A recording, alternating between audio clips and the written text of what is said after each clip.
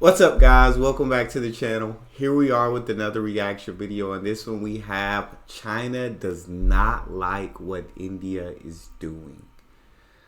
I don't think China likes anything India does at this point because it seems like the tensions between the two countries are so high.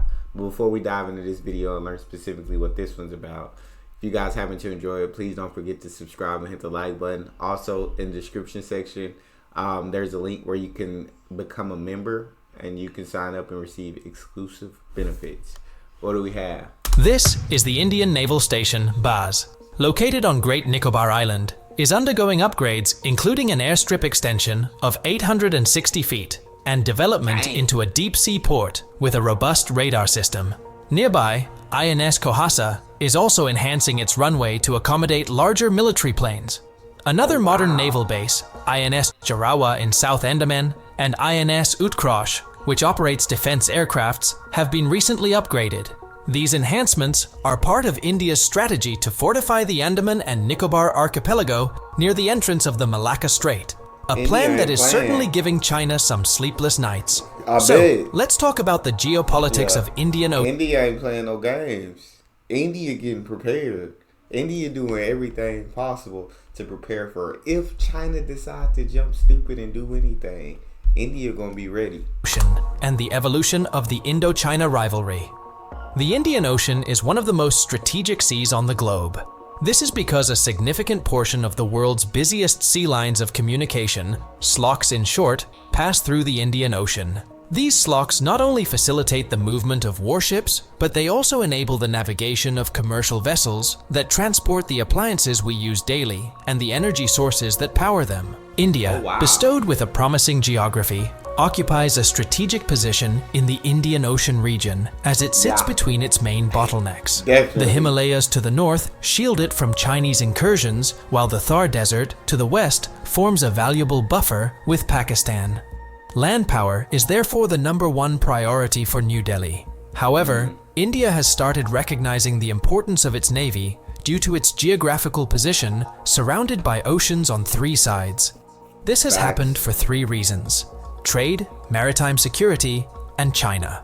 Due to China's increasing assertiveness along the Indian Ocean, India has shifted its focus from containing Pakistan in the Arabian Sea to countering Chinese intrusion in the wider Indian Ocean region. Yeah, from different videos that I've gotten to watch, at least what I've learned so far is that, Pakistan, while an annoyance, a lot of terrible things happening that India has to fight against, it seems like they're not really a threat to India. Whereas China, of course, we all know how powerful China is. China is the bigger threat, and so it seems like that's where India is having to give all their attention and focus to, and make sure that they're prepared in case China was to do anything. And so that's where all of their military, it seems like, is going to make sure they can be ready. And it seems like they will be ready if China decided to do off anything, especially with the tension so high between the two countries. But this is a very resource-intensive objective. To fully secure its objectives in the Indian Ocean, India requires a significantly larger conventional fleet. It is currently on a 15-year modernization plan for its navy, aimed to increase its fleet from 140 to 200 warships by 2027. But it's not as easy as it sounds. India's resource allocation is strained due to the standoff with Pakistan and China in the Himalayas, which demands a lot of resources for the Air Force and the Army. Although the Navy has seen an increase in its share of funding, much of it is going to pre-existing contracts, leaving little room for new acquisitions, with promised additional funding often not materializing. With the way things are going, India's naval modernization plan will fail, leaving the Navy short by a few dozen ships. Despite these constraints, India would still have acquired some advanced naval weaponry, warships, and submarines, but not enough to go head-to-head with China. So, to compensate that, India is adopting a strategic approach, forming anti-China alliances with global partners, strengthening its position in the Indian Ocean, and seeking to increase its influence in China's backyard. Very, very, very, very smart. Because while they don't have the resources, it seems like, to get the weaponry needed to be able to go head to China, what they can make is connections. because what China does have a number of is enemies, or you know what I'm saying? And so India is like strengthening their relationships with these countries, not necessarily an alliance, but right, the enemy of my enemy is my friend. And so if I'm fighting against my enemy and they're your enemy too, you're going to do whatever you can to help me win against the enemy, because we both see them as the enemy. So the anti-China countries, India, strengthen relationships now with their armies.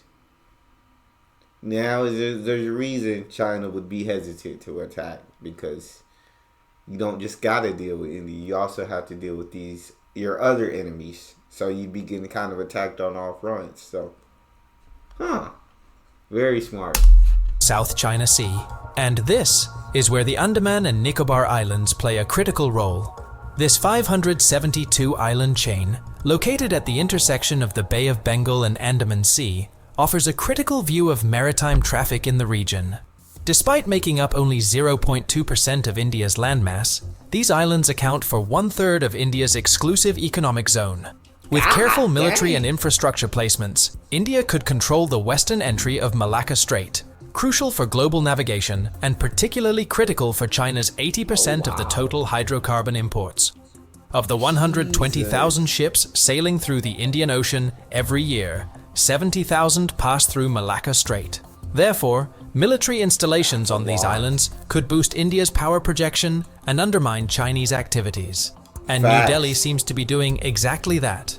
It has been operating 7 military bases and 24 civilian ports there, with huge potential for expanding military operations. In 2019, India finalized a 10-year military infrastructure development plan on these islands, aiming to enhance existing facilities and construct new ones to accommodate larger warships, submarines, drones, missile batteries, fighter jets, and troops.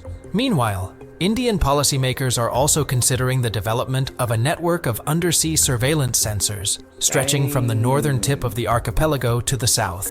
This would enable India to detect and potentially block Chinese submarines from entering its exclusive economic zone, challenging China's fleet, which has been significantly active in the South China Sea and Indian Ocean.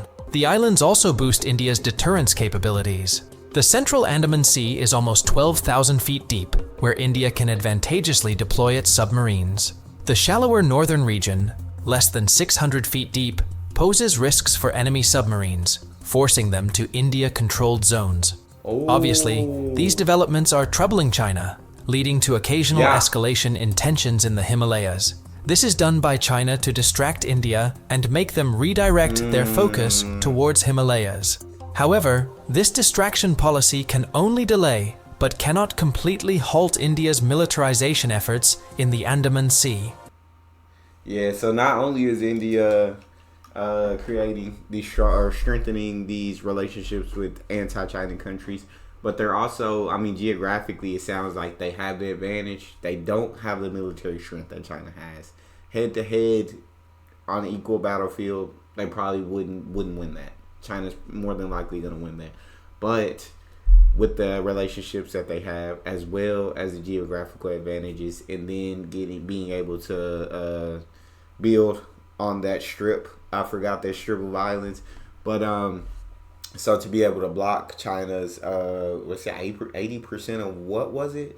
We'll just say a lot of China's resources from being able to come in or go out.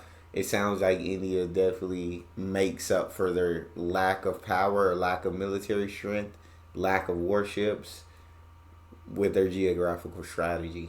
So it doesn't, like, I guess these tensions will continue to remain high. Hopefully these two countries can figure out a plan where they can go forth without any bloodshed, is what we pray for.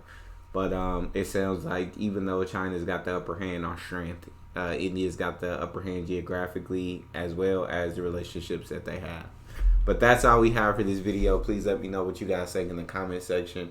And if you enjoyed that, please don't forget to subscribe, give the video a thumbs up. Check out this next video. See you guys later.